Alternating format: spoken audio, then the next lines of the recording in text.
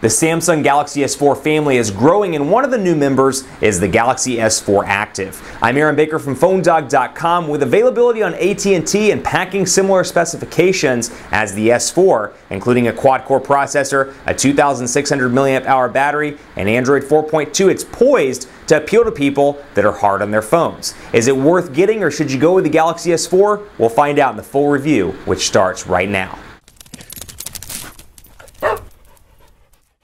I just had a Werther's Original candy and I had to spit it out early because it's review time over here at PhoneDog.com. This is the Samsung Galaxy S4 Active, and this thing is packing very similar specifications, or I should say out of the whole family of devices, it's probably the most similar to the flagship Galaxy S4. It joins the Galaxy S4, the Galaxy S4 Mini, the Galaxy S4 Zoom, and it's available exclusively right now on AT&T in the United States, as you can see by this AT&T logo on the back. Quick rundown of specs here: 1.9 gigahertz quad-core Snapdragon 600 CPU, 5-inch, and I knocked the camera there, my apologies, 5-inch 1080p HD display, though it is an LCD display, not a Super AMOLED display. Here's where it gets a little bit different: 8-megapixel camera on the back instead of 13 megapixels like you see on the flagship Galaxy S4. It does still have the same 2,600 mAh battery in the back. It has 2 gigabytes of RAM.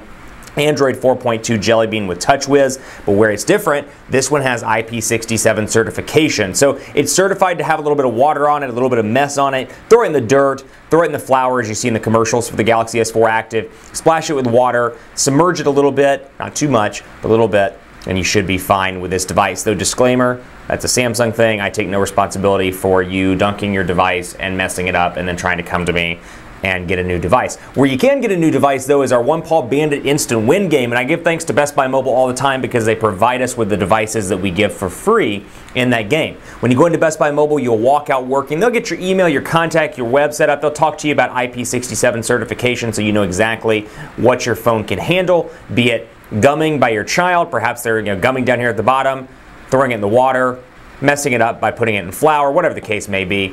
You'll walk out working at Best Buy Mobile, and they'll help you learn more about your phone. So like anything else in the mobile space, it's going to depend on what's most important to you, because you do miss out on a few things right out of the box.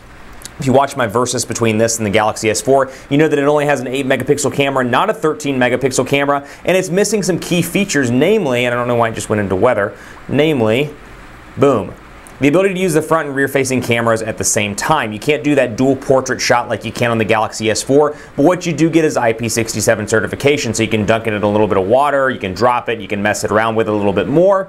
And you know what? You don't have to worry as much about the phone failing or having any sort of water damage. So it depends on what's most important to you if you're hard on your phones. And there's also a case here for people that just like the design of this a little bit more than the Galaxy S4. Maybe they like the design, the colors. I should say this comes in blue and gray, so you do get two different color schemes here for this device. Thanks to Samsung for sending us over a review unit. But you know what? You may like the design of this one a little bit more than the Galaxy S4, and that may be why you choose this device. Now, out of the box, same AT&T stuff you're probably familiar with here, including drive mode, family map. You've got chat on, all the Samsung stuff here, Google Plus integration, as you can see with G Plus Messenger, mobile hotspot, my AT&T. You've got S Health on this device as well, S Translator, Samsung Hub, Samsung Apps, TripAdvisor Watch on as well. So you got that IR port up here at the top, so you can use it to control your TV, or in my case, while I'm working out, I'll use this. I'll program it to the TV at the gym and use it to flip the channels, and it really frustrates everybody at the gym, and it's kind of humorous, to be honest with you. 3.5mm headphone jack up top. The design language here is pretty much the same, with a power button on the right side,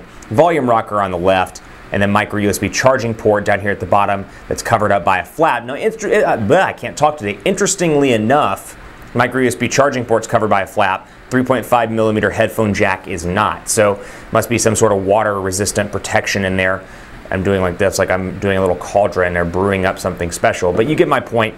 It must be protected up there at the top. But overall, the functionality, the look and feel, TouchWiz runs almost identical to what you would expect on the Galaxy S4. You do get 3 physical buttons down here at the bottom: menu, home, and back. Menu and back vibrate as you touch them, and you can turn that off, of course. Pressing and holding, you can access your recent applications as well. Now let's take a look at the internet browser here. 5-inch display, same thing you get on the Galaxy S4, but we'll go to PhoneDog.com and you can see Samsung's keyboard right here. Also 4G LTE connectivity on AT&T, and like I pointed out in the versus battle between the Galaxy S4, it really is a battle of versuses, or versi, whatever you want to call it, depending on what's most important to you. It does have that certification. This one's going to be a little bit more unique. It's exclusive right now to AT&T in the States, great. So if you get this device, it's going to be a little bit harder to find. You know, whereas with the Galaxy S4, you can get it on Verizon, Sprint, T-Mobile. You see a lot of Galaxy S4s out there. So if you're somebody that looks for that device that not everybody else is carrying, perhaps this could be the unit. Maybe you like the way Samsung looks and feels in terms of hardware, design language, overall TouchWiz implementation, etc.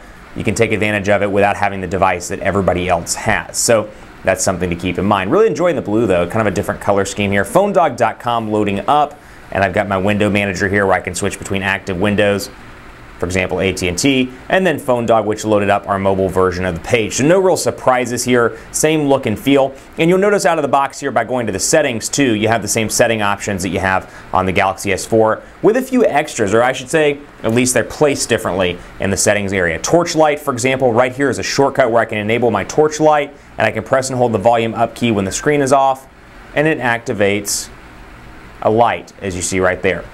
And then I should be able to turn it back on and turn that light back off. So if I'm coming up late at night, for example, trying to find my door lock, it's nice to have Torchlight. And of course you get the same blocking mode, driving mode, all the stuff that you would expect, including air view, air gesture, smart screen, including smart scroll, so I can turn this on, for example, and move up and down.